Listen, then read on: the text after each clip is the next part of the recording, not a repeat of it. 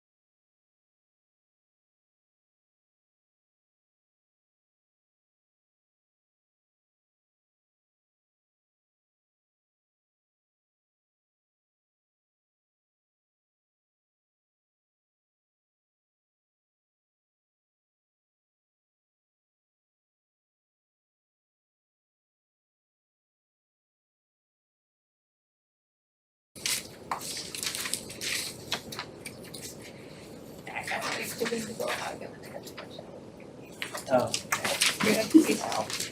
Well, you, It would seem like a good idea when we booked it, but Carl, do you still go into town?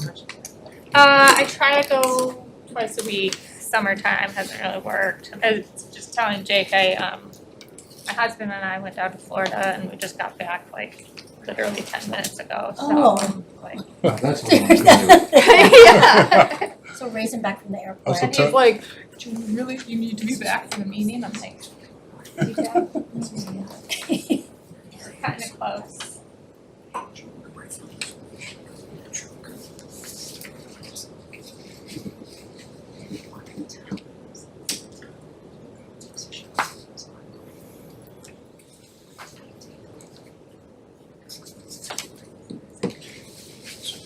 You wanna move down, Bob, assuming Andrew's not coming, or do you like it? Yeah. If they're gonna use that, I'll sit right here. Yeah, we'll be using that. Great. Get out of the way then.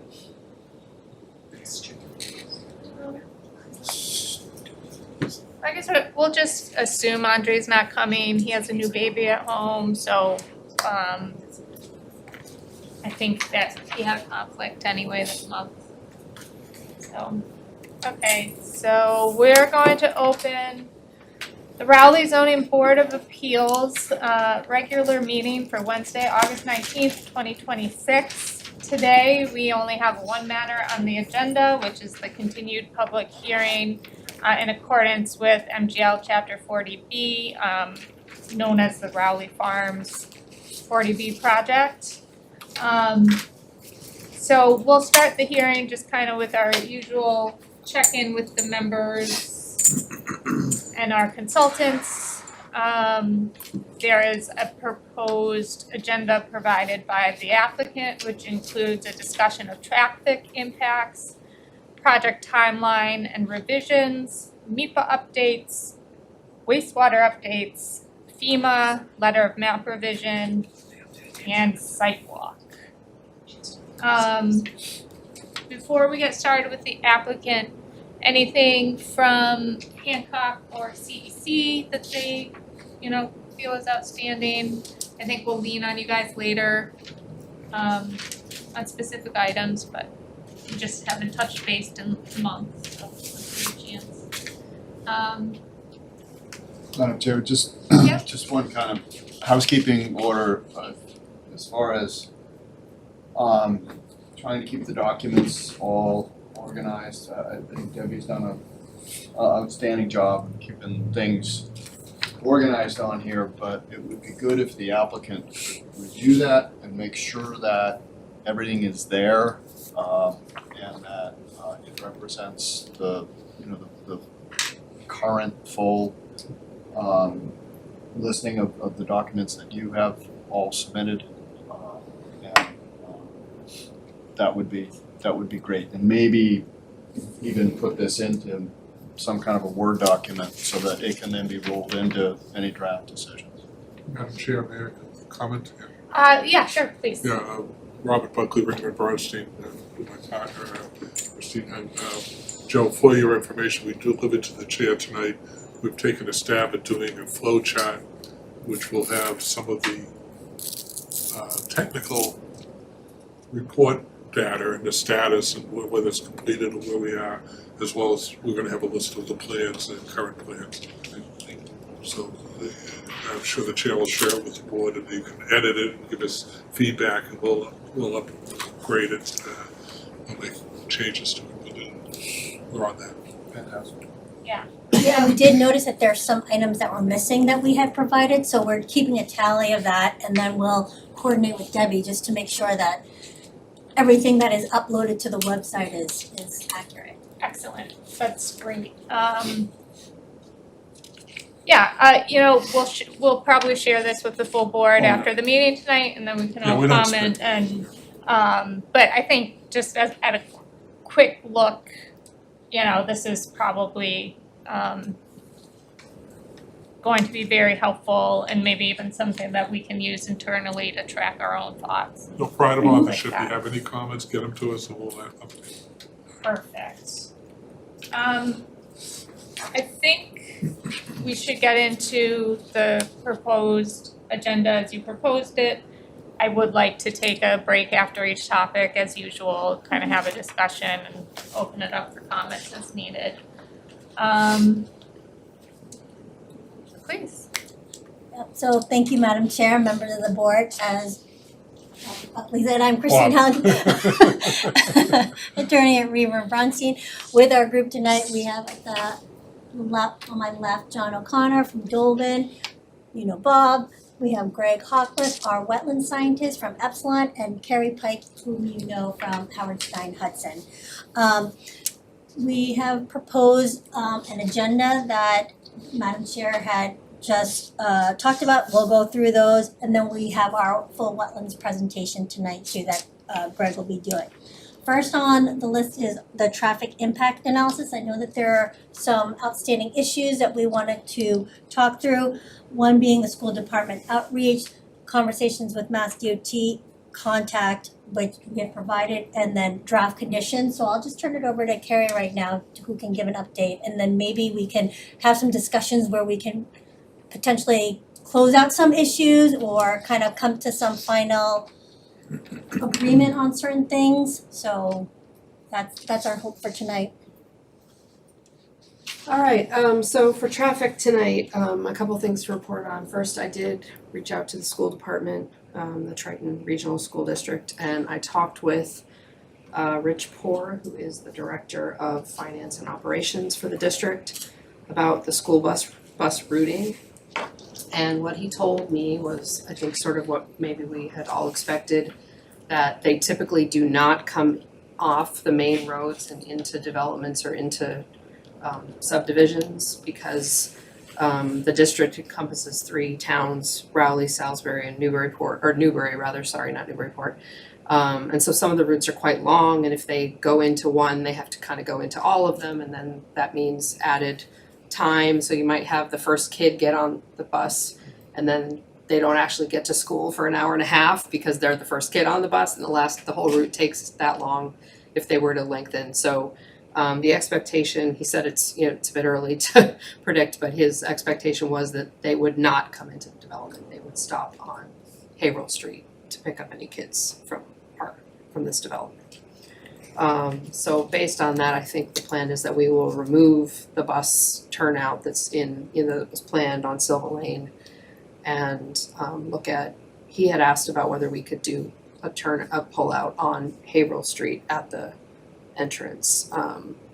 He and I did talk a little about that. I personally have a little concern about that, knowing that there are scofflaw folks who don't stop when the sign is out and the red lights are flashing, and I feel like it potentially can encourage that if the bus is not in the active travel lane. And then one thing he did mention was that as we go forward, there is a potential that they could work the routes so that the kids don't have to cross the street potentially. So in both directions, they could get off on our side of the street and be able to just come into the development instead of having to cross Haverhill Street one way or the other. So that's something we'll keep in mind, as we go forward and work through that with them. If I may, Madam Chair, it might be an opportunity to have a condition on any permit or any approval granted to address that.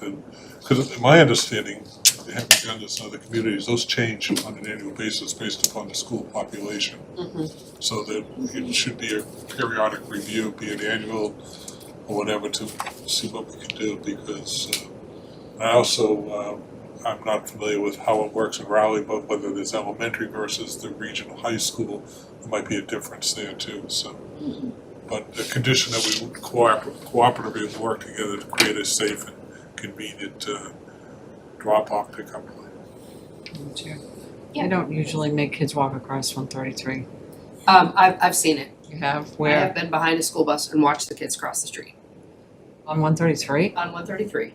Yes, and so that's why I was Because the concerned, older and I kids- told him this, that I was concerned about if you take the bus kind of off where it makes it easier for someone to just go zipping by, and then you do have that situation where the kids have to cross. But I was behind a bus on my way home from work one day and saw the bus stop, and the kids were going to a street that was on the other side of the street.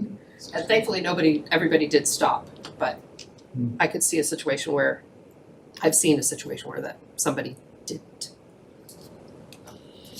Madam Chair, Please. when you spoke to whomever you spoke at the school department, was there any consideration for the size of the development? You've got a lot of subdivisions that are 15, 20, 30. I mentioned This is the number of hundreds. units to him, and he Doesn't matter?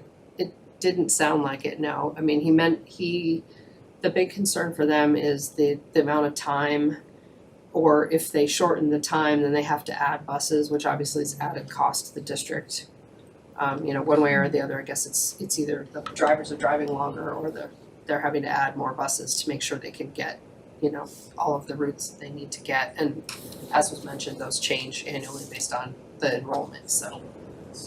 That's why I think it's important to have a periodic review and adjustment on, if we can identify a location based upon school populations. Should we just jump in? Do you have other things you want to present on? Cause I know we have a couple comments to do too, but. go. Just on the school yeah. bus, just on the school bus thing, my hang up is that if people, like, because the driveway's so long, we know that people are gonna like drive their kids maybe up to the end of the driveway, at least for like half the season. And if I lived there and I had to go out from my apartment, get out into my car in the parking lot, drive my kid, so by the time we got to the driveway, I'd just take the other 5 minutes and go bring him to school instead of sitting there waiting in my car for the bus. So like, you might have more traffic than planned for. Madam Chair, if I could, I mean, I think the town has more leverage to force the bus company, if that's the case, to go in and, Okay. you know, because, but that's why I think a condition that we work together to figure out the best possible solution. Yeah.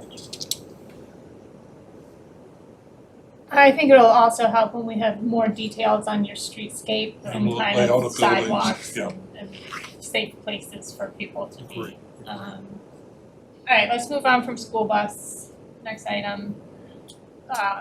It says MassDOT contact, I don't know if you have an update since last time, and then draft conditions. Well, so Yeah. I did send the names of the contacts at District 4 so the town can reach out with regard to, you know, as I said last time, I think in my conversation with them, they understood their existing issues and were like, you know, the town can reach out to us, we're happy to talk. And I think that my understanding from a follow-up conversation with them was also about if there are concerns about the timing, that's the same thing, like the timing now, never mind this development at the light, that the town can talk to MassDOT about that too. And Frank did say, depending on, you know, what it looks like, there could be tweaks to the timing that could be done.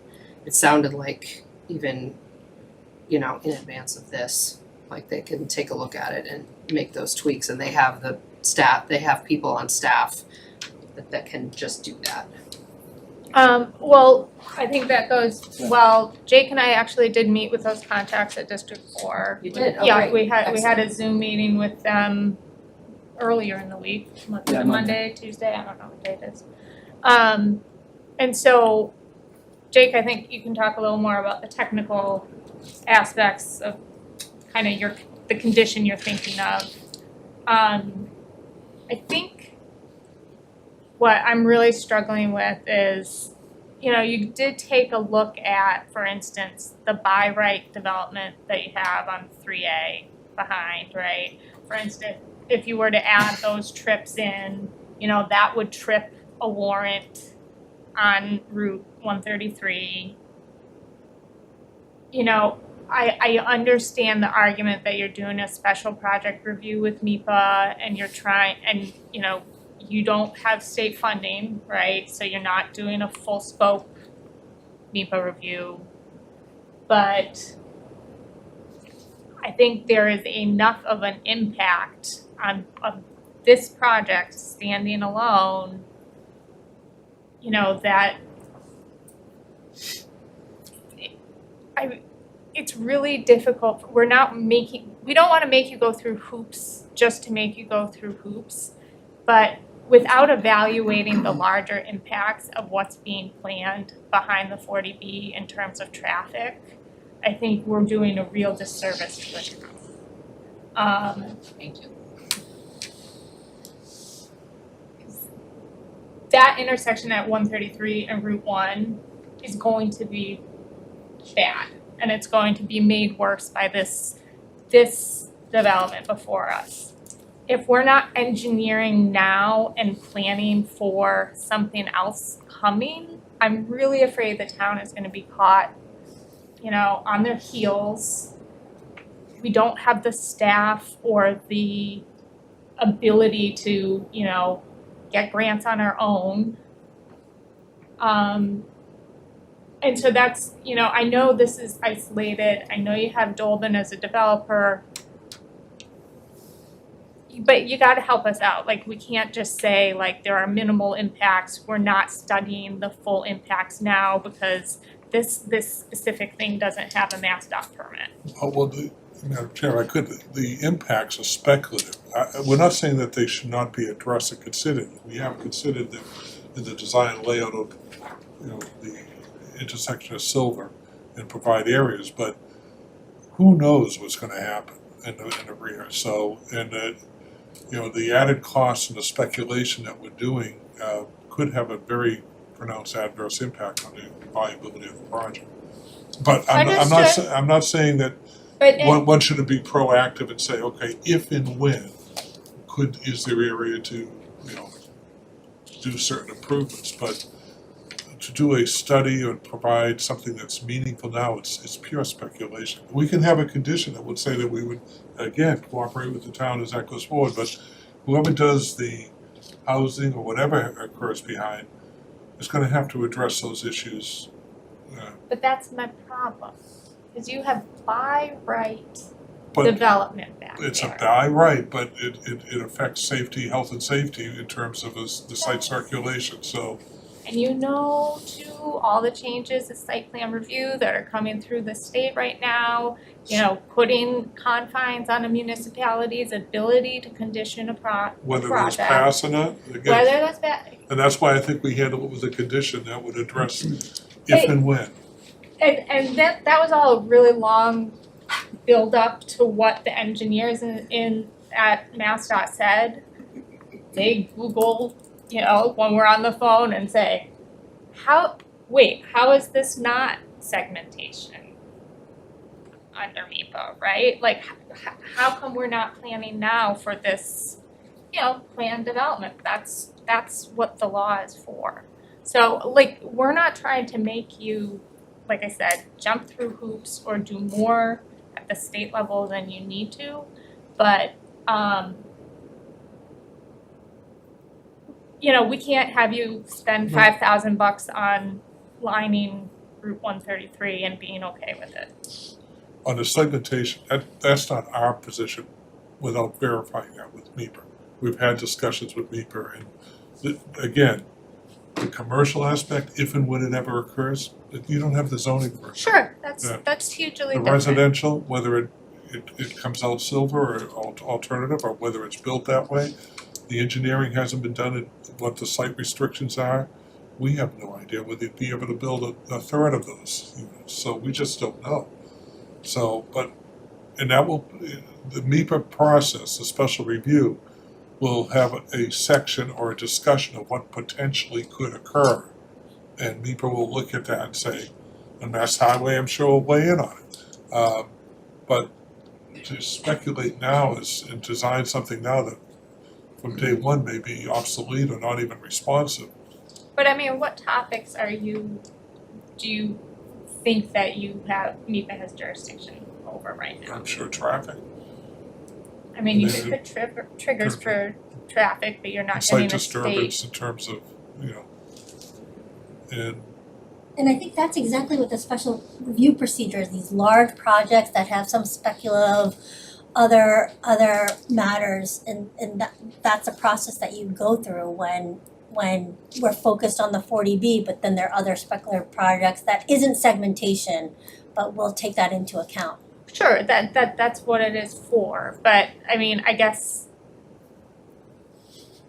what do they say about traffic? When will you know? I see in September you're maybe filing. we're filing in September, yeah, You're filing an ENF. because that's the current timeline. To make this a less kind of big picture and more granular, I think I want to bring up again our discussion about potentially having egress onto Daniels Road.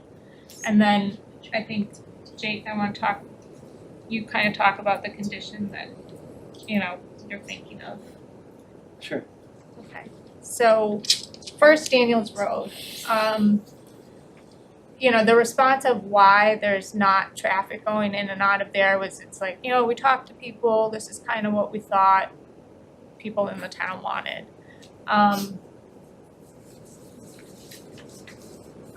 I'm not sure that's the case. That's a select few number of people. I feel like I know the people that you probably talk to, and I don't think that, you know, they represent everyone in the town, especially the people in the neighborhood. It seems to make sense to me to at least explore that as an option I don't of getting disagree with on and that. off of the I don't site. disagree with that either.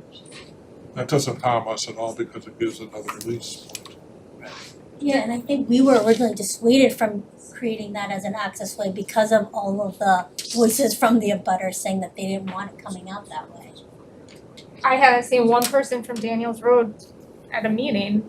Is anyone here from Daniels Road? Anyone else on the board have thoughts on that access? I mean, we haven't brought it up. We haven't had a traffic review meeting for a few months just because it went from the team planning to meet with Mass DOT and then we wanted to meet with Mass DOT and we only just had that meeting. But that is something that is we're supposed to bring up when we do have our next meeting. But a thought on it is just even though it's not in front of us right now, the future project that may happen, if it happens, would warrant a signal if everything came out to the one driveway. But maybe it wouldn't warrant a signal and you wouldn't need it. But it hasn't been fully talked out. No, and I understand that. Here's the issue. We'll probably be speaking about this for 2 or 3 months. Yeah. I think we should probably have a condition that addresses this because we have to move on. I mean, we understand the issue, we understand the concern of the town. There's a way to access to Daniel Road, we were strongly discouraged by the town, at least that's what I've been told, to have access onto Daniel Road. Does it make sense? Don't know. And we can handle that with a condition, but we can talk here for the next 3 months about the same thing and still be saying we don't know, because again, Well, the that's, development's speculative, the impact, we don't know how Mass Highway's gonna react, so let's try to address it so that we can all move forward. well, that's the problem, because you're coming to us and you guys haven't even filed with NEPA yet. Right. So, Yeah, but we'll know that shortly, but I think we can provide the protection that the town wants and the certainty that we want in terms of what are we buying into. well, but the Daniels Road, I think, is a concrete enough issue that we can't condition. Is the project gonna go to Daniels Road or is it not gonna go to Daniels Well, Road? And that's a yes, no, Yeah, right? I just don't know, don't have the plan in front of me, I don't have the engineers, what the grades are and whether there are wetlands that we have to cross, I just don't know. So yeah, I don't wanna spend Yeah. tons of time on it talking around the issue. Let's make sure it's addressed in in another working group. I thought they were planning like an emergency exit on that. It's planned just emergency exit. So they've Maybe like looked at gated. it already, the engineers have already looked at it to do an emergency exit. Oh, right, yeah, like it works, like as a road, yeah. Widen it or pave it or whatever. And, I think, don't you have a lease or an easement? I don't know if that's the title of They own like the those, they own the land. you and own they're a lot setting of aside stuff a in- right of way. yeah. I don't even wanna think about the easements that you need to draft between this development and everything else. Have fun. Christina. I know, thanks. Proceed. Madam Chair. Yeah, Yeah, please. well, one way or another, I think this project by itself has to have a second means of ingress and egress that isn't just emergency, that the residents can use. I mean, that's just my feeling. I mean, otherwise, it's a giant cul-de-sac. So why don't we do this? We know what the issues are, let's move on. Let's have the traffic, whatever the subcommittee, whatever you have, meet as soon as possible. As the chair indicated, we'll be filing NEPA. The timeline now is mid-September, which unfortunately we're rapidly approaching. And then we'll have some definition to the question. Look, I don't like hyping on that issue, it's just, I feel like I understand the we're issue. getting a very small amount of information for something that's really big for the town.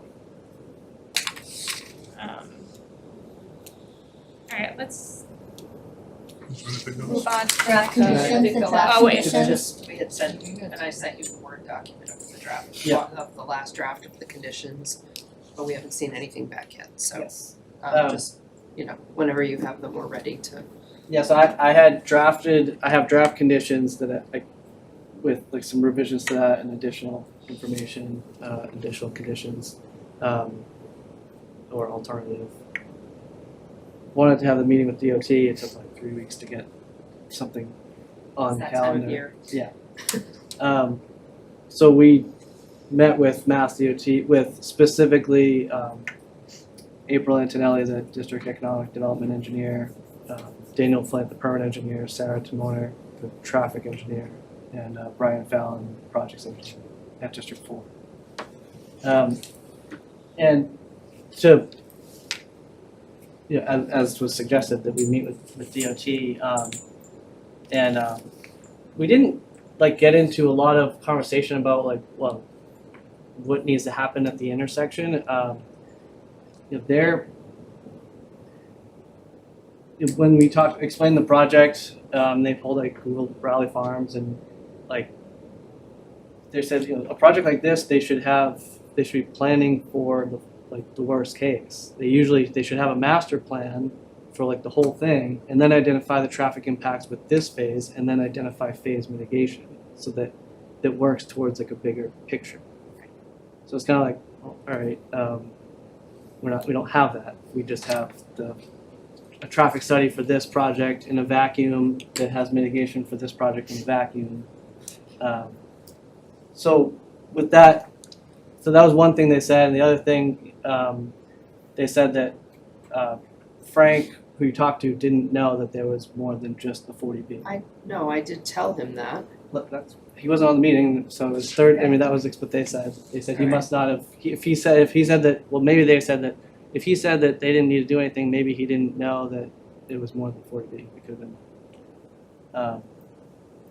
And then the other thing was that whether or not they need to go to MIPA is that they would request an advisory opinion. But if you're already filing ENF, then that might already be figured out. So that was really as far as that meeting got. The other thing with the draft conditions, so like Carla said, it's not we're not trying to make this go through me, but it's more we want to understand what are the traffic impacts, big picture, so that, and then let's plan for those. So what I would, sorry to interrupt, is when we say plan for them, we're not saying install mitigation that is beyond what is needed for this project. We are What can be saying anticipated. we need to, because you can't go back and replan what's done, right? So, yeah, sorry. thanks for clarifying that. Yeah, we're not so. What I have for draft conditions, I can share these. I think we're good with sharing them. Sure. It's along the lines of, all right, so if we're there's a master plan for a huge development, whether we say it's speculative or not. I mean, there's a large master plan, right? So what we're looking at is if this project did something like either designed or funded the design of intersection improvements at 133 and Route 1 and helped the town get a grant for MassWorks improvements, and that would be the mitigation, and then that could all be ongoing in the background and getting built, technically the town would be the applicant and the grantee for the MassWorks. And then so that the project could either do the design, and that would be the mitigation, or give the town money to do the design. I've seen different projects have different benefits. I've done a in different lot of ways. those exactly that way, so for purposes of efficiency, I mean, in terms of the conditions and working, I'm actually doing this kind of discuss affordable this afternoon. What I would suggest is if you get the draft conditions to us, let us take a look at them and we can vet them. But I just want to reiterate that with respect to, other than the MBTA zoning, there's no zoning on the balance of the site for commercial or anything else. And whether that would ever get through town meeting is purely speculative. But I understand it should be thought of as potentially in the background. And that's the Yeah. whole purpose for the special review of MEPR, that it will be out there. Right, it could be whoever is like, so the Howard Stein Hudson's designing the And improvements. there could be that they're- there could be triggers that prompt certain things things that developed around us that triggers certain improvements to be done in areas where they, but why don't you get us the draft conditions and we'll bet them and get back to you on those. Sure. Does that work? Yes, I think that works. But you know, it almost feels like this project's just like skating under a lot of triggers for traffic, and so we're just trying to I understand. we're trying to avoid a situation where this gets through and then, you Frankly, know, if we can come to Dolben's done, they're gone, and then what's happening next? frankly, if we come to a meaningful resolution, it would benefit everyone. Yes, right. So, Okay, I think we were clear on that point. Let's just try to keep things moving, move on to the next topic. Yep. If there are community comments, let's please hold them for the end. Next is the project timeline and revisions. We briefly discussed that. That's the draft that I had prepared. And really it was just a request from the board from the last meeting to prepare some sort of chart or timeline to keep everyone organized, because there are a lot of moving pieces with this project and a lot of, you know, we've been at this for, you know, almost like 7-8 months now and a lot of discussions. So we've been working diligently over the last 4 weeks to prepare something. I provided a draft to Carla, again, a work in progress, and she can share that with the rest of the board. And happy to take any feedback so that we can continue to revise to that. remove any angst, we'll send you a letter of extension of timeline, statutory timeline. Thank you. That's on the agenda to Right. figure out what time we're at or where we're at. Next is a MEPA update. We had provided with the board a memorandum from our MEPA consultant, which is Epsilon Associates, and Jeff Starziak. We've had meetings with MEPA, and we're gonna be undergoing a special review procedure and planning to file the ENF with that proposed special review procedure in the middle of September to get that process started. And we'll provide updates as they come. Wastewater update, I had also provided to the board more recently a memo from Fuss and O'Neill, our wastewater consultant, regarding the status of our wastewater system. They've done some testing in 2 areas that have been favorable with respect to the kind of soils that are required. So they're just continuing through that process of Verifying the numbers. Yep, yes. The FEMA and the letter of map revision, we haven't heard back from FEMA, but we don't have any other news otherwise that we're not on the current timeline with respect to getting that letter of map revision approved by And FEMA. I believe our consultant told us on our weekly call that they would expect mid-August, which we're in mid-August, so we're expecting almost daily an update on that. So, but there have been no issues that have come to light from, with respect to the requested changes. The sidewalk, we have a map on that. At the last meeting, we discussed in great detail the sidewalk path, and 2 comments were made by the board. One was to put a stake or some sort of marking where that emergency access is. So we have, or we will do that for the sidewalk. The other comment was to stake the property bound. We'd stake the mouth of Silva Lane, and then there was just a request to stake that abutting property edge of lot. So that reflects that. So that will be done for the sidewalk. And then we can maybe talk about a potential date or yeah. Okay. I mean, I think this reflects kind of, David, the comments that you already had on the flagging. And it seemed like at the last meeting, we were all pretty comfortable with the plan as is? Is that everyone's recollection? Do you feel okay with this? Yeah. Okay, then I think we just need to schedule it again.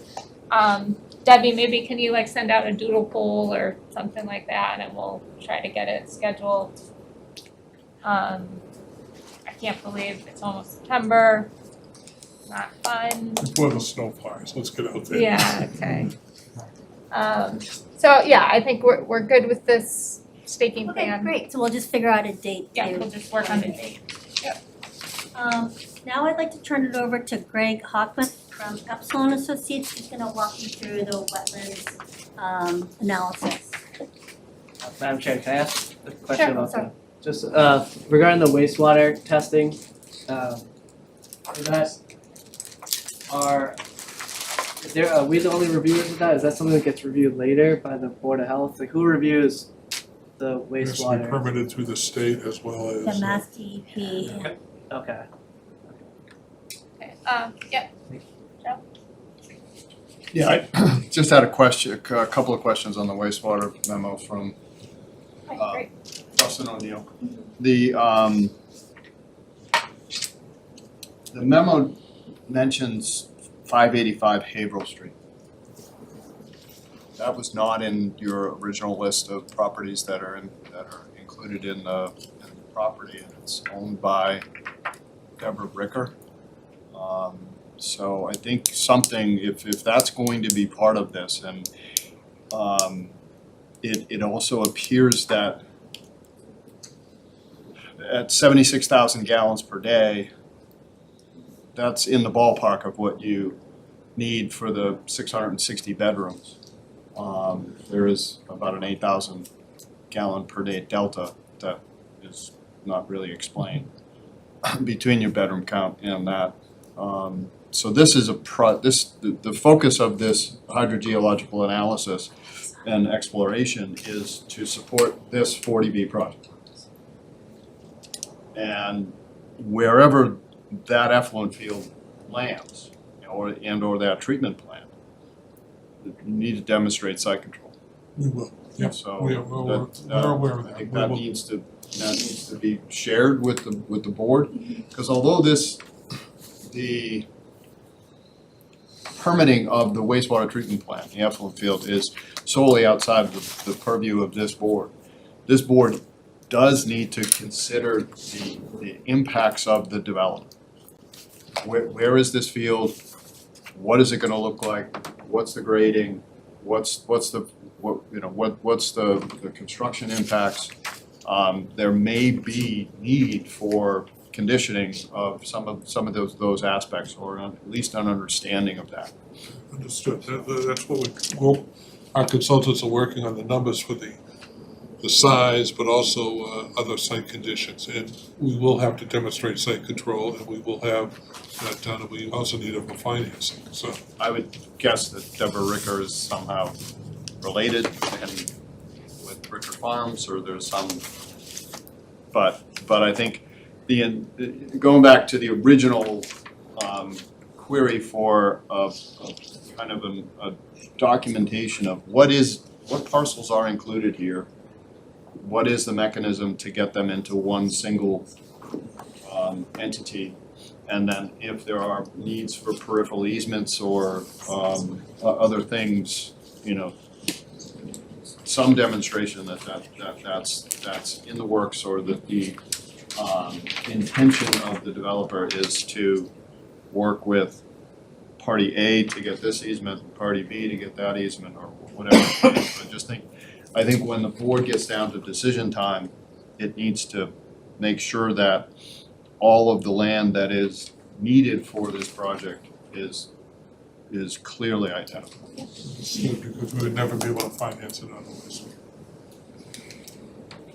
Can I ask a question? Sure. Does that change how I don't know if this is a question for Joe, does that change how the properties, are like the CBA noticed to like the neighbors? Does that property have a different abutter that we need to tell sooner so that we don't? It's certainly a valid question, as far as due notice and If it goes to that property. involvement, yeah. I mean, right now it's speculative. They're looking at the rear of 47 Daniels, which is at least closer into the project boundaries. Yeah. And was one of the parcels, because when you notify abutters, you can't notify abutters of a portion of a parcel. So they notified all the abutters of the entirety of 47. So 47, 585 is a totally separate. It's on the other parcel. side of the It's on street. the other side of Daniels, so. It's a good question. We just don't know yet, so that's why we haven't addressed it. I know you're ready to go, but just before we move on, let's add water supply and drinking water to the chart. I don't know if you have any update on that. I mean, the last thing I recall on the record is that we don't have enough to meet the needs of the development without, getting a well back online. So nothing to talk about tonight. I just think we need an update at some point soon. Yeah, we need it for finance. You need it, yeah, you need it, so that's why I'm not so concerned, like, you need water, that's a condition, just would be good to know. We're working very diligently on that issue. I mean, we know that you guys don't wanna develop a building without water or sewer or like anything like that, but, We can try. try. Alright, any other comments before we move to wetlands? Alright, let's do it. Good evening, Madam Chair, members of the board. My name is Greg Hocksmith from Epsilon Associates. I'm a senior wetland scientist there. I know some of the folks in the room. For those of you that don't know me, I've been practicing wetland science in this area, specifically Topsfield, for the first 13 years of my 28 years practicing. It's good to be back. I haven't done a lot of work in Raleigh for a long time. I do have some history on this site in particular. When it was a functioning fish processing plant, I actually helped permit an underground tank for their operation. So I've delineated wetland resource areas on the site before. Epsilon Associates was hired to do a functional assessment of the wetland resource areas on the property, specifically within the project area on the 38 acres that we're talking about as part of this project. Our report that we submitted talks about all of the jurisdictional wetland resource areas on the property, state and local jurisdictional. I think for tonight, the focus is going to be on the 7 isolated wetlands that are falling within the project footprint. And when we say functional assessment, we're talking about identifying the characteristics of the site's resource areas, hydrologic and ecological functions, and then ultimately the potential impacts the project's going to have or could have on those resource areas. The assessment was prepared to provide this board with a clear science-based evaluation of the wetland conditions and demonstrate that the project's wetland replication and green infrastructure stormwater design will preserve the overall functions and values of the existing site wetlands, and in some cases try to make some of them better. But before we get into the functional assessment, I thought it was important to talk about some of the history on the site and how we think some of these wetlands may have formed. I think a good chunk of them were mechanically created at one point in time, so I've got some historic aerials that I'm gonna show the board.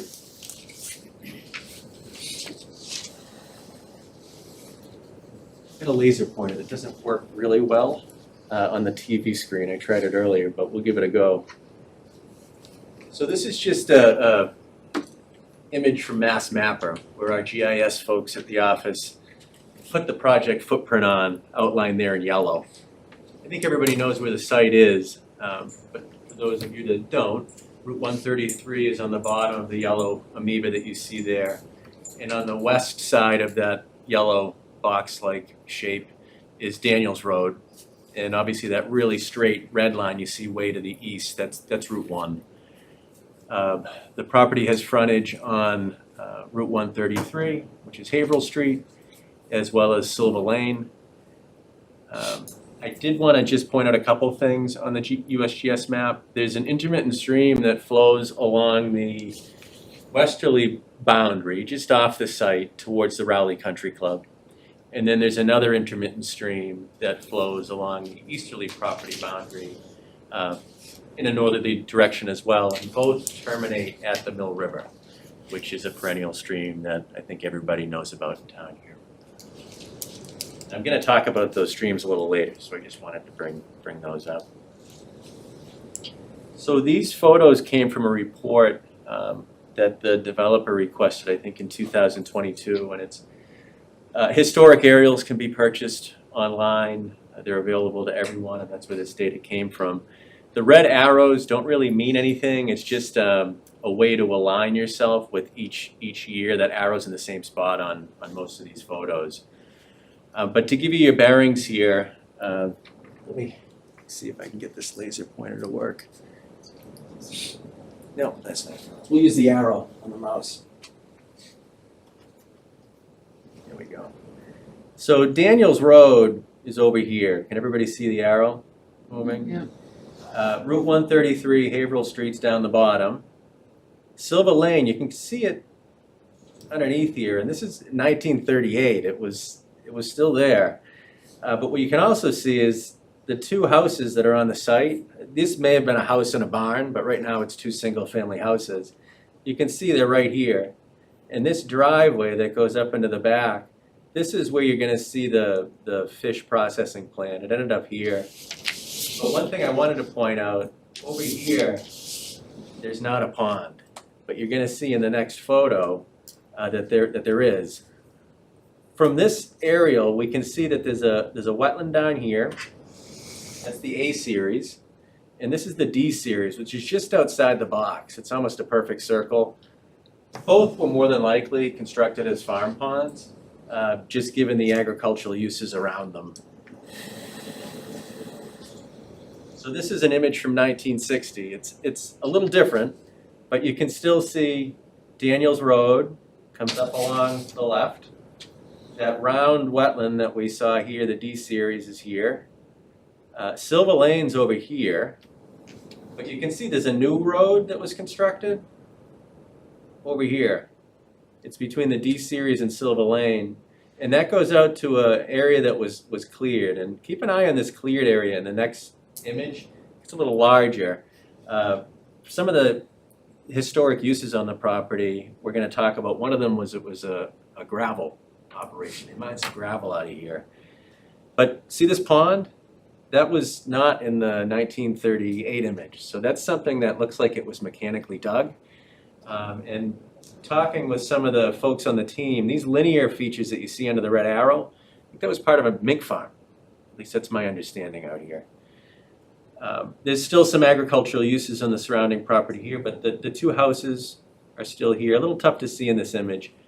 But there's also a large clearing up on the top here.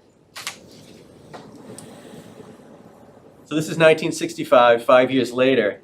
But look what happened up here. This is getting a lot larger. And you can see there's some contours starting to show up in there. There's really doing some digging, some excavating. Not so much back here. The mink cages show a little better in this image. You can see the pond, sharp edges, probably more than likely dug. This is the house. And it's maintained right to the pond edge. This looks like there's some digging going on here, but again, Silver Lane, just to give you your bearings, is right here. Pine Tree Estates doesn't look like it was built yet. I'm not sure when that was created, but this image is from 1965. So this is 1971, and there is a method to my madness here. This is that gravel operation that you're seeing, but look what's happening here. See this long linear depression? It looks like it's got some water in it. Again, the mink cages, building up here now. There's that round D-series wetland. Silver Lane's over here. Still no Pine Tree Estates. This wetland we're going to talk about a little later is the G-series. And I think what happened was they dug too deep, they hit water and they just abandoned that area and they stopped digging. That's one of the isolated wetlands that we're gonna be talking about. The others are gonna fall within this area. There's an E series here, there's a C series, there's a B series. These are all in these open areas that were excavated. You can see this clearing here. This is that A series, which I think has been here all along, A and D. And we've got a plan that shows where all these are. I just wanted to skim through these. This is what it looks like in 2023. So a lot different. Gravel operations completely grown in. You can see there's some standing water here. This is that long linear feature that you can see in the gravel pit. This is our footprint. Here's that round D series just off site. Pine Tree Estates is here now, obviously. This is 2023. There's the pond. And this is the fish plant that burned down. So, let's go to my notes here. Bill Manuel from Wetlands and Land Management. I don't know if you guys know Bill, but he's a wetland scientist that practices a lot in Rowley. Bill was hired to delineate all the jurisdictional wetland resource areas on the site. And I think that included all the acreage, but we're specifically going to talk about the 38 acres while we're here tonight. And at the state level, there's a permit application called an Abbreviated Notice of Resource Area Delineation, or an ANRAD for short. That's a permit application that's filed to memorialize and identify a delineated wetland resource boundary on a property or properties. So the wetlands get delineated, they get survey located, put on a plan, and that application goes to the local Conservation Commission and DEP. The Conservation Commission reviews the boundaries. In this case, there were several site visits. I think Brent Baselak was out there with Bill. They walked all of the resource area boundaries, and ultimately on December 5th, 2025, the Conservation Commission closed the hearing and issued what's called an Order of Resource Area Delineation, ORAD for short. That's the permit that approves and validates all the wetland resource area boundaries that were the subject of the ANRAD.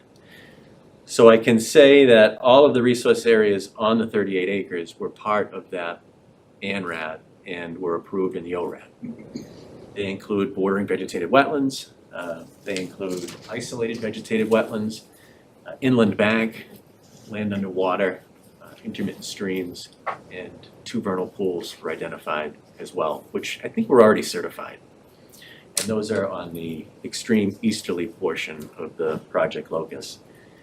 Howard Stein Hudson was the project engineer that was hired to run calculations on the isolated wetlands. One of the questions that comes up when isolated wetlands are involved is, could these be deemed isolated land subject to flooding?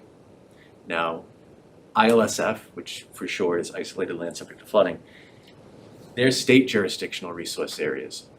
They have to hold a certain volume of water at least once a year to a certain depth. It's a 1/4 acre foot to a depth of 6 inches.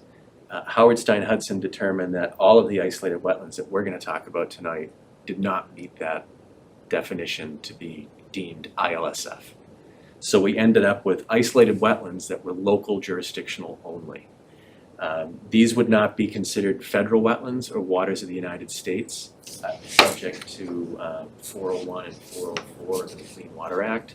So they're not federal wetlands because they don't have a continuous surface connection to the water of the United States or directly border a water of the United States. We didn't do a jurisdictional determination with the Corps, but based on the current regulations, it's pretty clear that these would not meet that definition. So we've got, Just one clarification before you go on. Does the ORAD include that determination that it's not land subject to flooding and it is isolated? It does, Okay. yeah, it makes it very clear in the findings of the last page that's attached to the ORAD. I think we included that in our report. ORAD's here, but not. The calculations too, they would be in the Conservation Commission file for this project. They were done for all of the isolated wetlands, and they show what volume was generated. The plan that you see on the right, I know it's a little difficult to see, but that's an aerial image of the 38 acres. There is a light red boundary that's difficult to see, but that's the 38 acres. All of the wetlands that were part of the ORAD are shown on this image. And I'm gonna come back to this because we're gonna talk about some of those wetlands, but while I've got the pointer here, that long linear wetland that showed up in the middle of the gravel pit, the G series, that's the one up here. This is the B series, which was in that open area, excavated.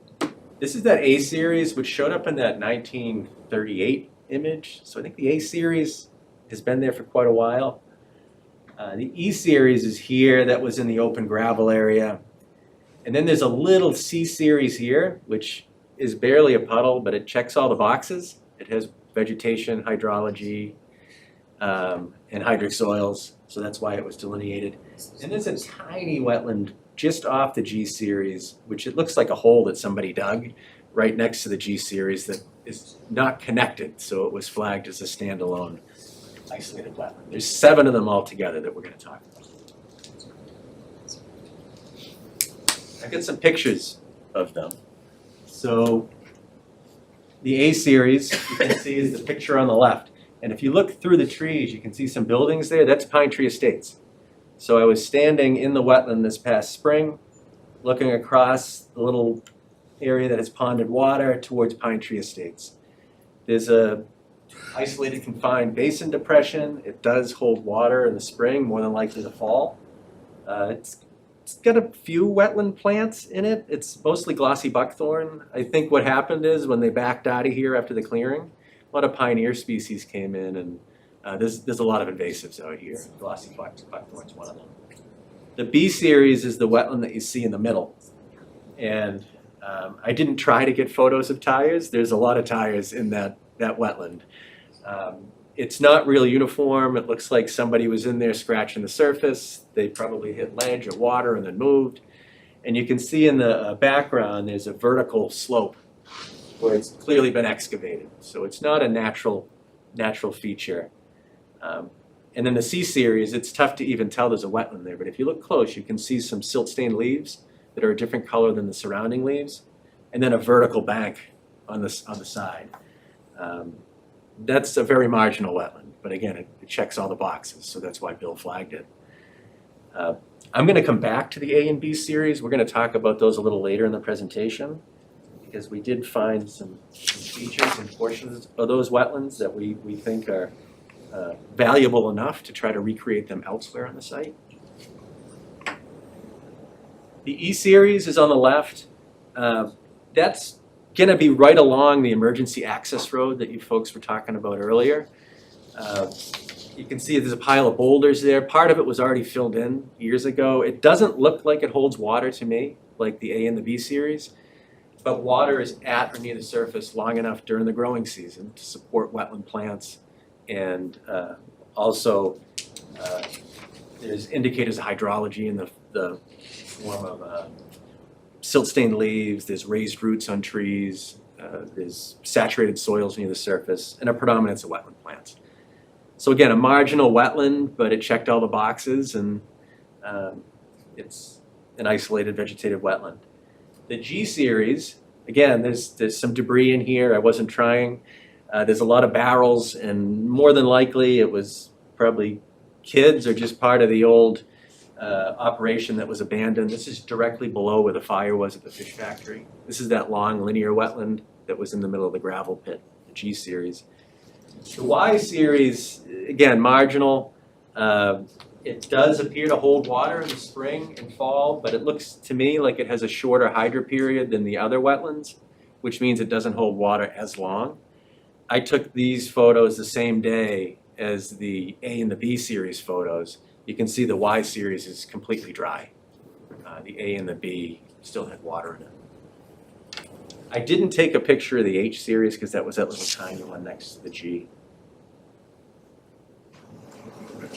I did want to show this image. This is just a general layout of the site plan.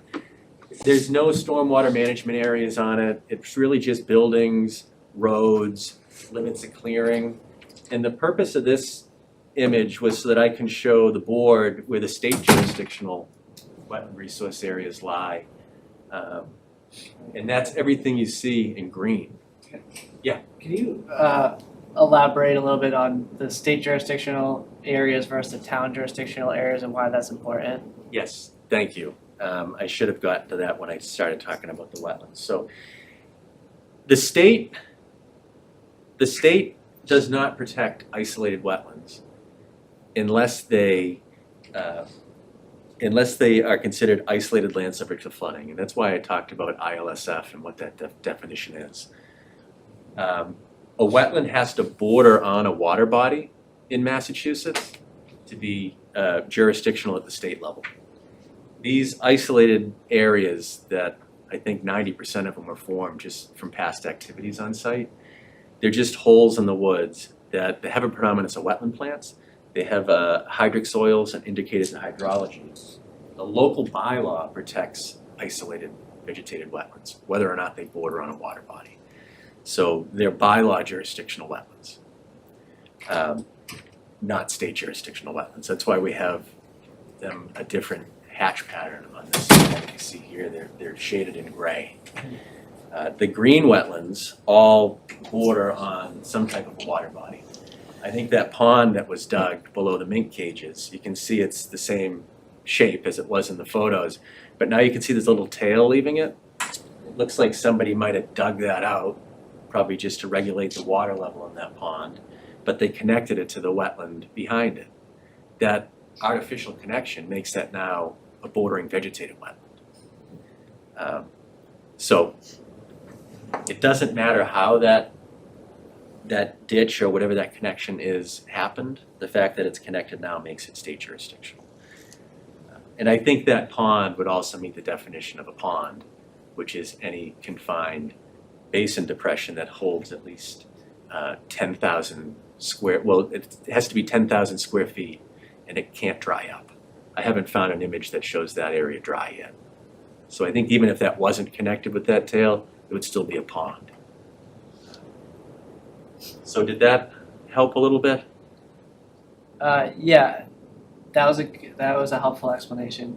Just one follow-up. So in terms of why we're considering it, am I correct to understand that because it's a 40B, it doesn't have to meet the bylaw? Is that why you're making the discrepancy here? Yeah, so that's really why I was, oh, go ahead, Joe. Yeah, just clarification. So this board has full jurisdiction of all local approvals are subsumed into the comprehensive permit. They are proposing to fill quite a bit of these isolated vegetated locally jurisdictional wetlands. It is your job as ZBA in issuance of the comprehensive permit to approve that work. So if this was not a 40B, that would fall under the jurisdiction of the Conservation Commission. The Conservation Commission retains jurisdiction under the bordering vegetated wetlands, which are state jurisdiction, and they will have to file a notice of intent on that. But your comprehensive permit will serve to be that parallel approval under the local bylaw. They have to comply with the local bylaw to the degree that they are not asking for individual waivers. In this case, they are asking for a waiver not from the jurisdictional definition of an IVW, but from the setbacks and the performance standards on impact to these local jurisdictional wetlands. So their proposal is to fill the wetlands, but to mitigate for that. So this board's job is to review whether that mitigation is sufficient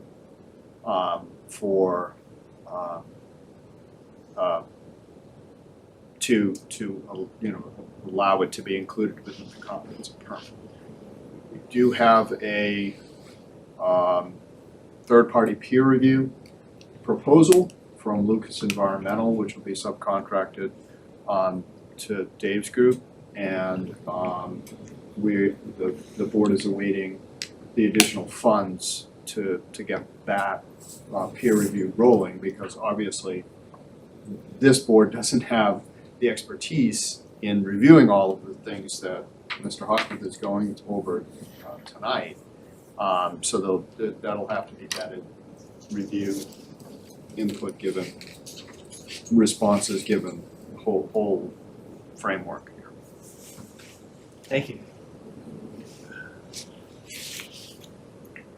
So that was really part of our analysis, and when we got the call to do this functional assessment, our first thing that we tell our clients is, well, you might not like what we tell you after we look at these wetlands. We might think that they deserve all the protection in the world, but the more we looked into these, it just, the functional assessment that we wrote, it really started to make sense, especially when we dug into the history of how some of these wetlands were created, at least how we think they were created, and just past practices on the site. But that's what we're hoping to be able to show the board is, yes, there's isolated wetlands out here. Yes, there are local jurisdictional wetlands. We can't rate wetlands in Massachusetts or under the bylaw, but we can try to explain to folks when something doesn't deserve as much protection as, let's say, something that borders the Mill River, for example, or something that is a high-functioning, high-value wetland.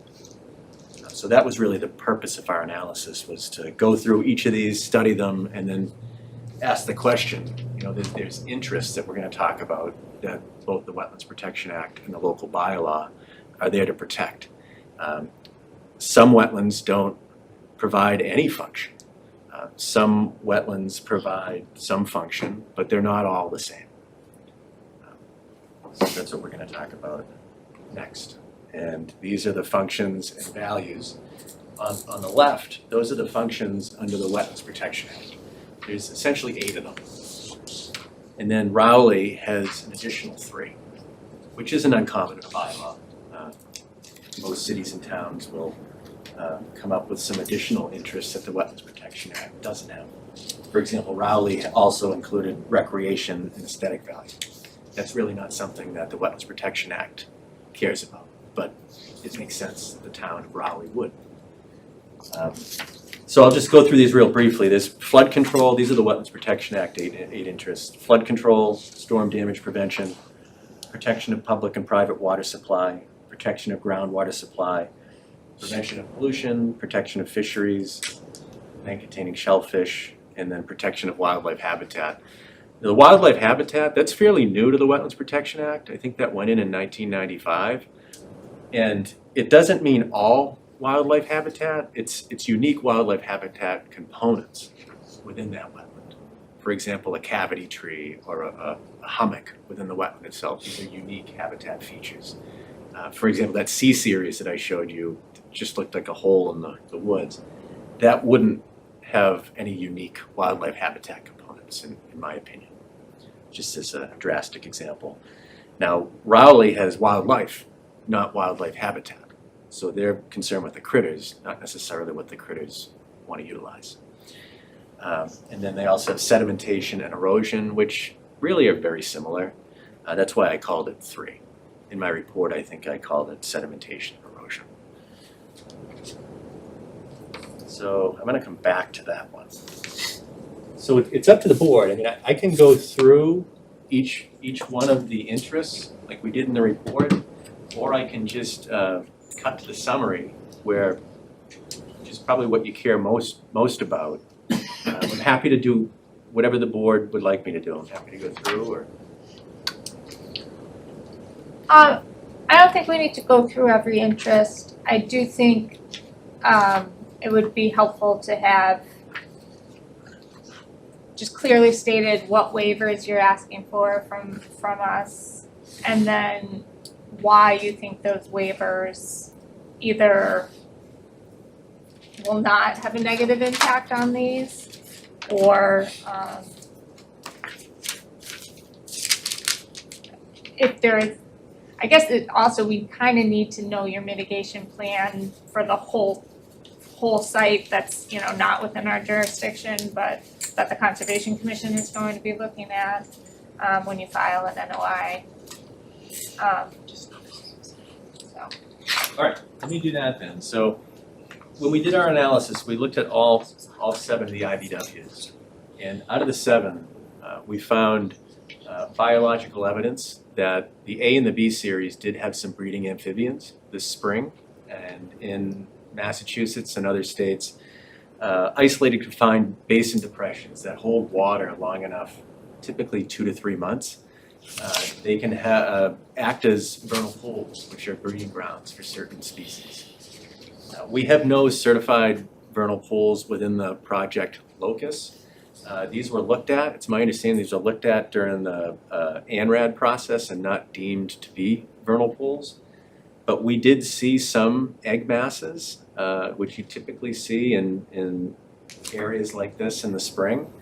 So in our opinion, it made sense to try to mitigate for the impact to these. And it was a small portion of the B series where those tires were.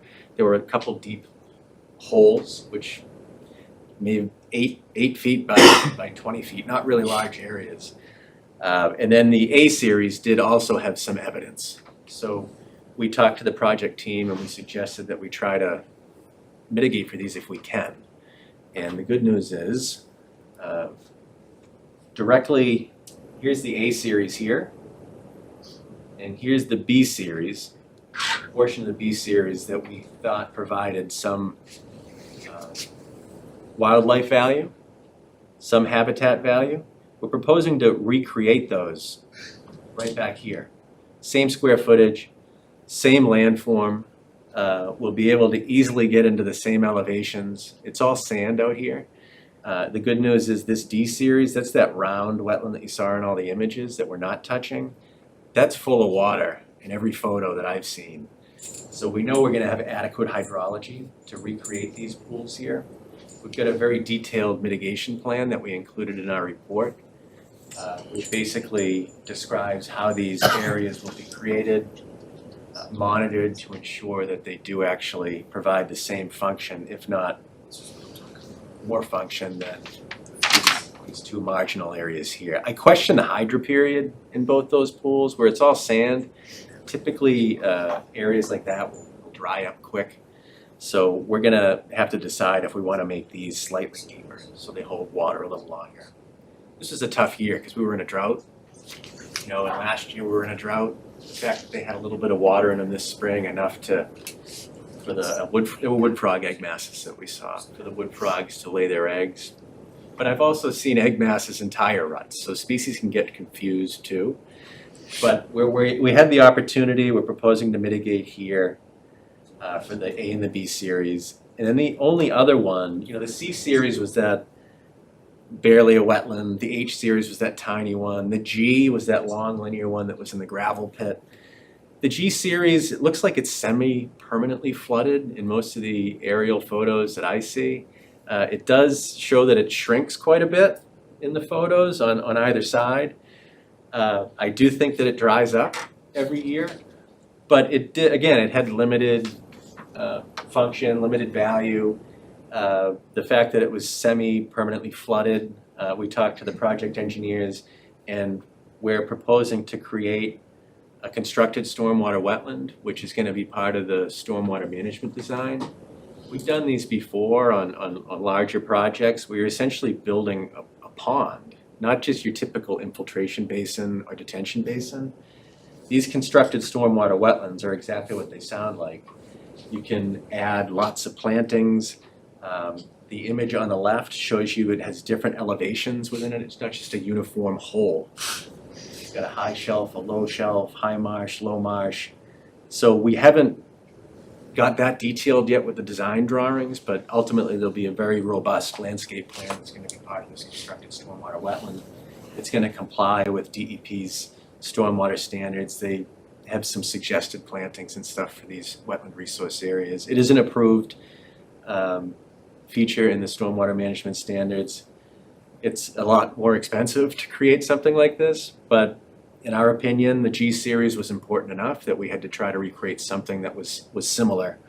And this can be designed that it holds water most of the year. And I asked Patrick, who couldn't be here tonight, well, do we have any test pits in that area? How are we gonna ensure hydrology? And I think he showed me that they've got 7 test pits in this area. So when the time comes, we'll be able to explain to the peer review consultant and the boards how we anticipate ensuring that it has the hydrology that we're looking for.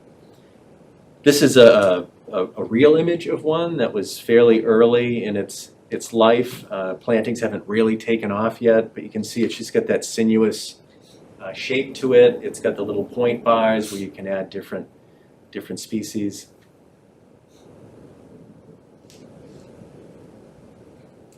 Can you please go back to where you showed the area on the plans? Yeah. This one here? Yeah, I'm just trying to orient myself. Yep. On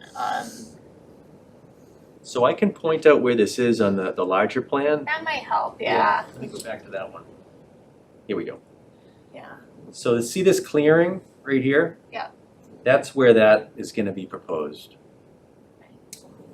And that's like near you said the G series, the long Yep, the G series is actually, you can see it shaded right above. shade there.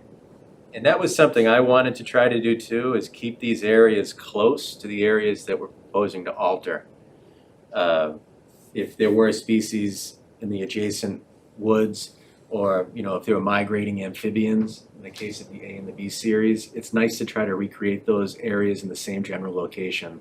Otherwise, it's difficult to ensure that they're gonna be able to find it.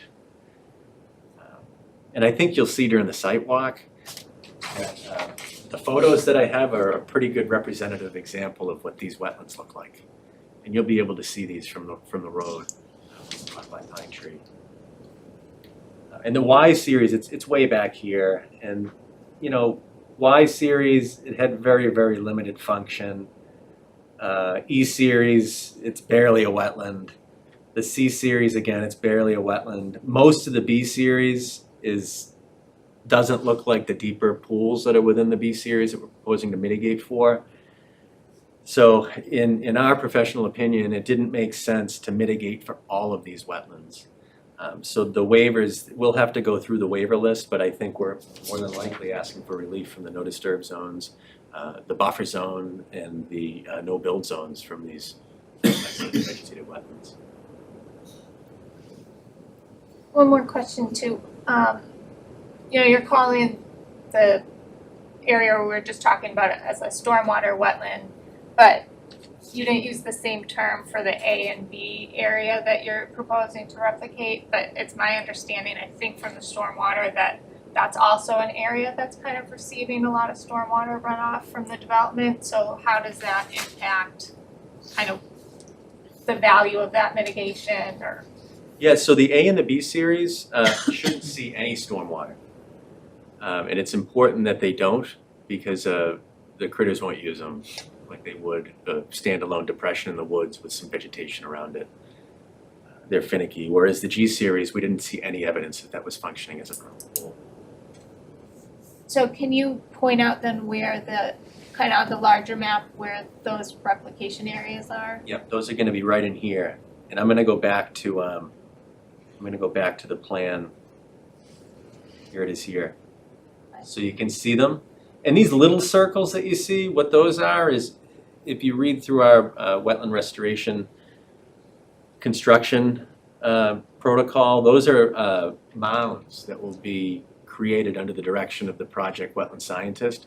And that's to provide some features within that wetland, not just have a hole with water in it. We want to create some elevation in there. It'll still be wetlands, the mounds aren't going to be really high, but that'll allow us to put in buttonbush and some other native plantings that will provide some shade eventually in those resource areas. Can I ask a question? So do you build these first before filling in the old ones? And how do you get the frogs and other animals to move to it? Yeah, so good question. A lot of times with a project like this, it's conditioned that before the wetlands are filled, the replication areas are constructed. I think that's going to be difficult to do for the constructed stormwater wetland, but where these are kind of off the beaten path and not within the project locus, and it's all sand and fairly easy to get to, I can't imagine it would be difficult to argue with a condition like that to create these beforehand. One of the things we want to do too is to try to utilize the soil that's within these isolated wetlands that we're proposing to alter. You know, if there are macroinvertebrates in there, fingernail clams, aquatic snails, there's a chance, or a seed bank, there's a chance that some of the species will make it into the new pools that we're trying to create. There's no way to guarantee that the salamanders and frogs or whatever else wants to utilize these pools will use them. Oftentimes the first year is tricky. You get a little nervous because you don't see much, but then you look at it 2-3 years later and they're very active.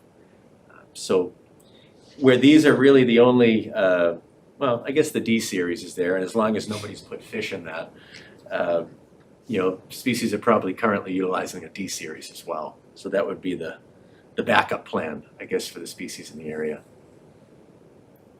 But you can see we're trying to keep the limit of clearing as close to these as we can, just so there's still some canopy that'll eventually provide some shade to these pools. I guess I'm just confused still by the footprint of the development and then that replication area. Is that on the development site or is it?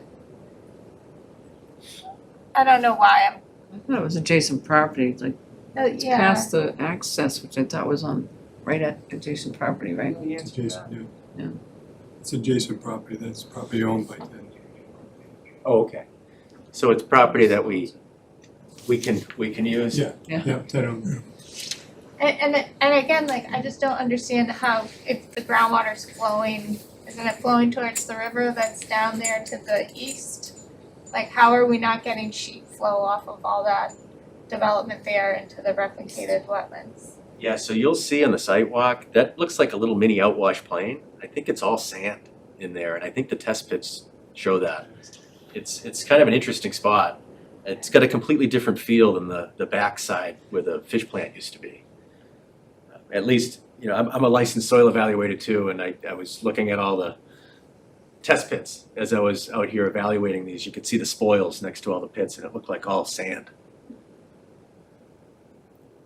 So I think there's a lot of infiltration. I don't think there's a lot of sheet flow coming through there. I didn't see any evidence of any flow paths or anything that. And I think as part of the stormwater design, they're not going to be able to shed water from the project onto abutting properties. So it should all be going the other way.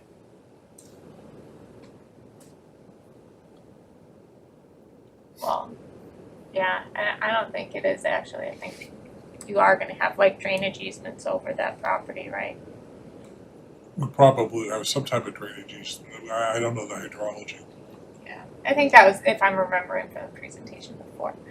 Alright, does anyone have any questions for tonight, or should we wait and get some peer review feedback and then discuss? Madam Chair, I did go into each interest in great detail, but I didn't want to. I do appreciate it, and I saw it in the report as well. I always find quiet reflection and reading is a little easier to digest those things than hearing you discuss it at the meeting, so. I have a question. For the, if you're in front of the Raleigh Conservation Commission and this wasn't part of a 40B, would there be the same level of wetland impacts as are proposed? That's a difficult question to answer. I didn't design this. Would the mitigation be the same? I know that I would be saying the same thing to the Conservation Commission that I'm saying to this board tonight, and I fully expect them to read my report. Okay. You know, it doesn't change anything. I mean, like I said earlier, the more I dug into the history out here and saw the aerials and how these wetlands were formed. Yeah, sorry, I probably phrased it a little bit wrong. Like if are we meeting all the same standards? Like, no, I'm not saying like because you're in front of us or them. It's more like, are you, because of the meeting the town bylaws and not having to meet the town bylaws? Do you have the same mitigation? Yeah, so I'm on the commission in my town. Yeah. And I have certain members on my board that don't care what kind of wetland it was or how it was created. If you were filling it, they'd want replication. But there's other board members that would say, okay, I hear what you're saying, Greg, these seem very marginal. Yeah, they check the boxes, but this is something that we really need to protect. So I think it depends on the commission member. Okay. And then was there any consideration for the wetlands? I don't know if there's a correlation, but with the well protection area, or where in the groundwater, was it groundwater recharge or something like that? Yeah, that kind of to the The whole east side, The whole of east the side is site groundwater is like protection, groundwater yeah, protection area. Does that any of this correlate with the groundwater protection? No, area? it shouldn't. I think a lot of these wetlands are groundwater wetlands. I think they're a combination of discharge and recharge wetlands. I think in the spring, they're discharging groundwater to the surface, and I think in the summer when they're dry, they're recharging groundwater back into the ground. But even if these wetlands weren't here, water is still gonna fall from the sky and infiltrate into the ground, so it's.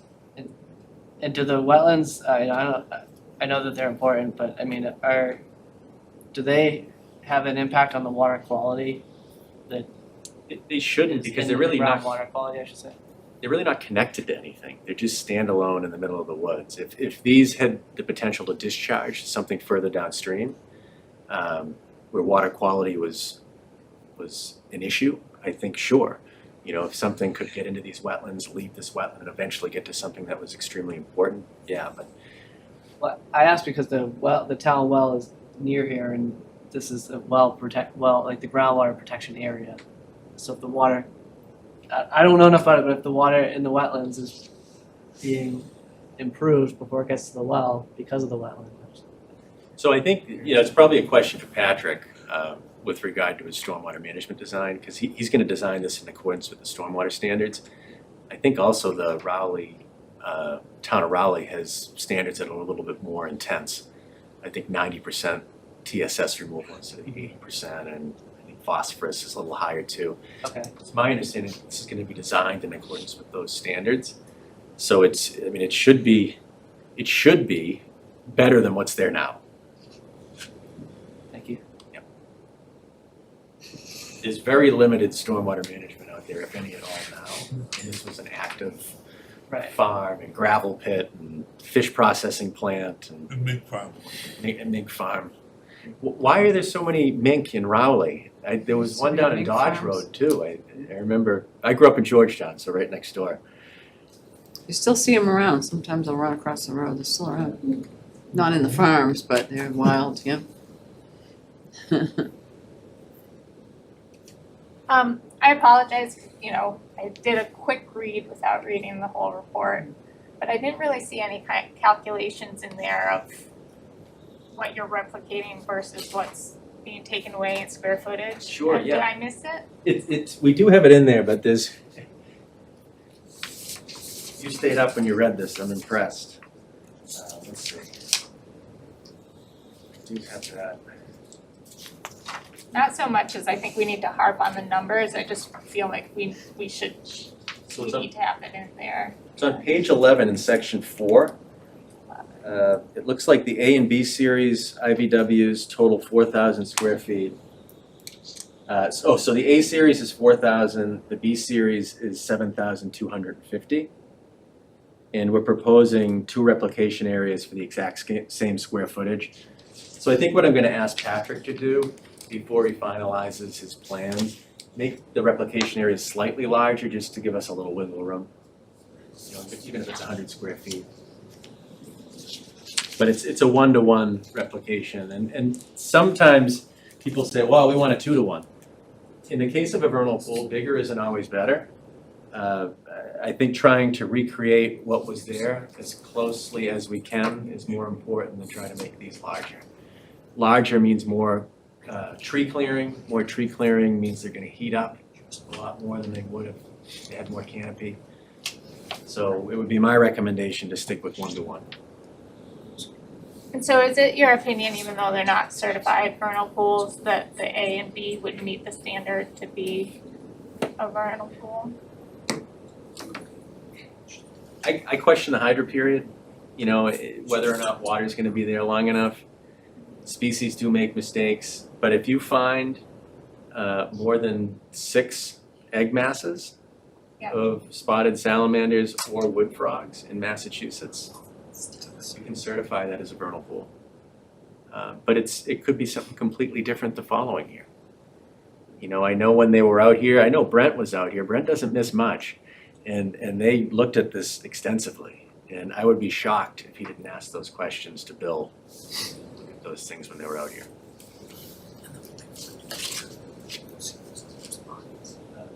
But if all goes well and we can make these a little deeper, which would be my recommendation, hydroperiod doesn't become as much of a question in my mind.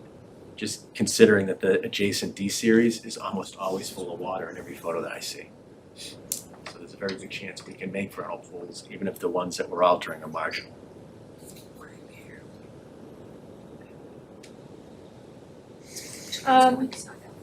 Debbie, how do we coordinate a review with the Conservation Commission? Because I would love to have their comments, not only from the agent, I don't know how the agent wants to do it, if he would like to have the commission provide comments to him and he provide comments to us, or if he's doing it independently without the commission's review. The commission typically doesn't comment, the commission itself. Yeah. Typically doesn't comment on, because they're a regulatory board, doesn't comment on something that they don't have an application for. Right. Right now, they're leaving it with Frank. He's waiting for the peer review report because he didn't wanna duplicate comments. So once the peer review report comes in, if they've covered all of anything that he might have commented on, then he'll let you know that. At least that's what he's explained to me so far. Okay. I know I have been in, and I think that's the right way to do it. I have been in other communities where the commission provides comments on behalf of the commission instead of just through the agent, but I think we'll wait for Frank to handle it. They'll wait, yeah, the commission will get involved once the notice of intent is filed for the project. Yeah, we're gonna have to file a full-blown notice of intent because we do have activity within the 100-foot buffer zone to state jurisdictional resource areas. But I can say we're not proposing to alter any state jurisdictional wetland resource areas, so that's a plus. The other thing too that Frank has mentioned is that if they're good with this review, the commission most likely won't require a peer review for the notice of intent because it's already been done here. So they'll wait and see how that goes. So we'll just have to make sure the peer review team not only comments on these waivers, but also the impact to the buffer.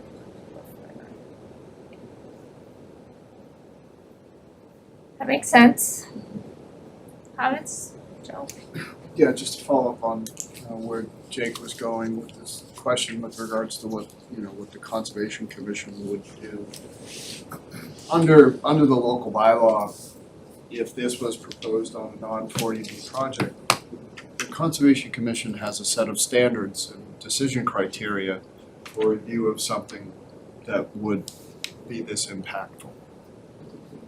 This board doesn't play by those standards when you're deliberating. You have to go under the baseline premise under 40B that the need for affordable housing outweighs local concerns. The existence of these wetlands are local concerns. So we're starting with under that presumption, and your deliberation needs to do that. So I think them providing the mitigation is a step in the right direction to allow the board to kind of move forward with this. But if many times, as Carla said, the boards will get direct input from the Conservation Commission. And I just warn you that the Conservation Commission almost always says, don't grant the waivers. And then the board is under the pressure to, what do they do? And just not granting the waivers because Conservation Commission said would not be staying within the spirit of the rules that you are proceeding under Chapter 40.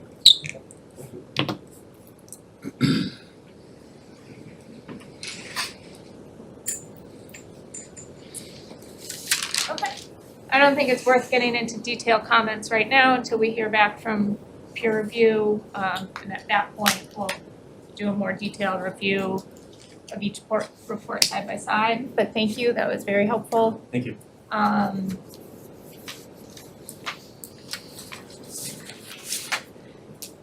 Are there other items that you guys wanted to review tonight? No, that was all on our agenda. Great. Are there other outstanding items that board members would like to raise tonight? You know, maybe regarding future meetings, topics, okay. Can you give us a little sneak preview of the September presentation, what you guys are thinking will be available? So we're hoping that the peer review from Lucas would have reviewed and maybe they can do their presentation if that gives them enough time. And then we will continue to provide updates on all of the other outstanding matters. I think we'll have the environmental impact report probably. So give a summary of that. Have you had any meetings already with the MIPA office? I know you reached out to them, but Yeah. kind of, Jeff has.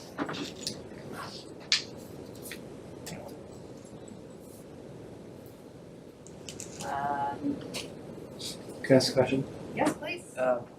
Just random, the pond that's being retained, the big artificial or man-made pond, is there gonna be a fence around that in site plans? You mean like this one down here? No, the big pond right in the middle of the site. Yeah. Probably should be for safety purposes, but Oh, the one that's there now. Yeah. You can like, I do know there's gonna be some retaining walls along at least one side of it that will more than likely need a fence. But, I meant just for like kid safety. Yeah, that's what I saw that somewhere. Okay, if it exists, Not now, but it was in the plan. It's got a wall pretty much all the way around. I thought I saw it somewhere. like the fence should totally, I know people that used to live there like a long time ago that had kids and they're like, had their little kids wear life jackets all the time. Okay, I'll open it up for public comment if there's anyone that would like to comment tonight. As you know, the traffic issue is going back to the committee to be considered. Wetlands, we're waiting on peer review, And then the wastewater report. wastewater report. Just for the site visit, what is, I know last month we talked about like trying to do a late afternoon to accommodate the butters, is that still the plan? What, has there been anything thrown out? The only thing we've said so far is for maybe Debbie to circulate some dates. I think late afternoon works for all people who work jobs. Do you think we still have enough time in like second week of September if we scheduled it for like, well, I don't know, it's 5 o'clock too late in the day? No, the issue's gonna be sunlight, right? So Yeah, sunlight, I mean, when does it get dark now? September, Six. 6, 7. When you're in the woods, it gets darker quicker. How Yeah. Yeah, it does. I mean, so we might have to do like a 4 o'clock just for safety. Mhm. You have Was a, the, 7 o'clock at night. time for the. we did the one for the state, it was about 2 hours. Yeah. I think this could be longer because we're covering more area too, but Yeah, we can try to be efficient. hours. I didn't see if the Pine Tree, or the stakes are up on that when you had the site. I couldn't see it from here. They were on the plan. Okay. I don't know if they Right? were done double yet. check I please. haven't Yeah. had a chance to walk my property, I've been busy with personal Oh, I stuff, don't know if so. it's physically been staked Okay. yet. Has it physically been staked yet, do you know? We can check. Copy of this, just. Yeah, sure, but it's supposed to be state, Yeah. but Right. we Well, have well, If it's time not, was it too, will and be then by the time we have it, so I don't know if it is yet, but it will be by the time we have the sidewalk. Yeah, that's great, Thank you. that's all good, Yeah, just wanted to make sure. Do we start a little earlier, maybe at 4 o'clock instead of 5, probably at least. At least, maybe because 3? if you're over 2 hours, you're gonna be getting Yeah. dark before you're done. And buggy. So just, okay, yeah, thank you, AI. September 6th, sunset will be approximately 7 o'clock. So 6:30, it's already getting dark, Yeah, especially in the woods. right. Alright, let's do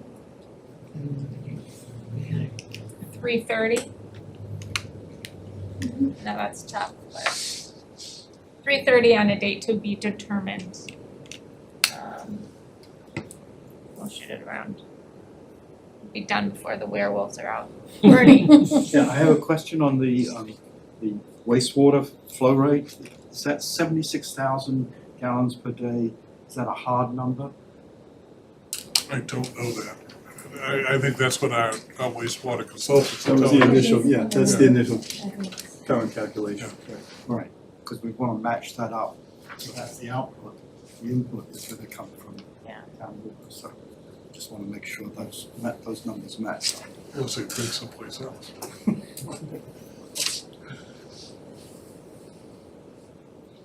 okay, sounds good. We'll take a motion to, I'll make a motion to continue the hearing to our regular September meeting, which is the 16th. Is there a second? All in favor? Aye. Thank you for your time and Thank you. consideration. Thank you very much. Thank you. Do we have minutes, Debbie? I thought I sent you with the agenda. You probably did. She did. There's some issues with it. Fine. You Like, might goes have back with the during the leaves. Yes. It can be a I've been sitting around and I said, you get me one more? Huh? Pretty shocking changes to the law, huh? You guys are gonna be busy. Alright, let's make more work for us. I mean, the changes to section 6 and section 10 are just stupid. I'm doing a major project in Southwood. Yeah. Budget passed Friday night, the variance hearing. Oh, wow. So did they use the We right argued it both standard? ways. We We argued it argued it both both ways. ways. I mean, we But- could comply with the. So backwards now. Yeah. They granted it Yeah. under practical difficulties. Practical difficulties. Thank you. A lot of litigators gonna make some money on that one. Yeah, I mean. And you know the revisions to the non-conforming use section, I Yeah, was I getting know. like, cause they say you don't need a finding for all residential uses But it's- or structures Right, or- if, and then it says like those whatever properties are met, right? But like it doesn't translate to a use, so how do you apply that new standard to, it's always been that issue, but like is Now, it now, can't, and now you can get a use variance for residential, in any residential. any residential. Yeah, any residential. So you can do multifamily and Right. single family, you can do multifamily and industrial, alright, No, It's just that you're gonna be busy. I just don't like the way the changes are like made, you know, with the process at the state level, just throwing stuff at the wall and then seeing what sticks. Okay, we have minutes to Okay. review Thank you very and much for your then time. thank you. 7-6. thank you Yeah. very Yeah. much. I appreciate you Good try. doing that, I appreciate you Yeah, doing yeah, that, but yeah, If you have I any know. comments, we'll Yeah, turn it just over. think about it and just. thanks guys. I'm looking for minutes. Yeah, there's date issues with it. You do see red colors. Eight. So this is meeting minutes from July 15th, right? The page date says June 17th. Alright, Second, bottom of paragraph 3 says See you, Joe. June as well. See you guys. Did you hear me, Deb? So the meeting minutes are from July the page, huh? You can't hear me? No, I can hear you. Did I miss a date? The date at the bottom, the footer, Yeah. says June 17th. But in paragraph 3, it talks about, No, they're Continue. from the July meeting, so I apologize, That's all right. there's so many. date updates. But the third paragraph, I think, is what the issue is. It says there's no further discussion of questions. It was agreed to continue the hearing to the meeting of June 17th, so that doesn't make sense. Should be August. I'll make sure that gets updated, that's my fault. Yeah, no worries. And then I think paragraph 4 was kind of confusing because it talked about May 20th and June. There were 2 sets of minutes that had to be approved because the meeting that we were trying to do online. And you couldn't hear us and we had to, we just tabled the That's minutes correct, so then. so there were 2 sets. Okay. Thank you. Thank you, have a good night. I didn't see anything else in the funds for that. body of the Should be helpful if you minutes have that tomorrow. was- I By thought I Friday. caught Oh, all the okay. Yes, dates. check is There's- being there- done. there were 2 Thank you, minutes. yes. That's up on our end. It's hard to get, Hopefully I keep sent track you the too, right so set. I appreciate it. What's that? I said, hopefully I sent you the right site, have a good I night. think so. I thought I could access them, but it's not letting me.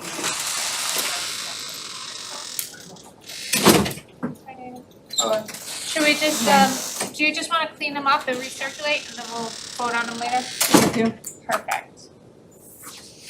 Alright, let's adjourn. So moved. So move. Alright, we're all set. Aye.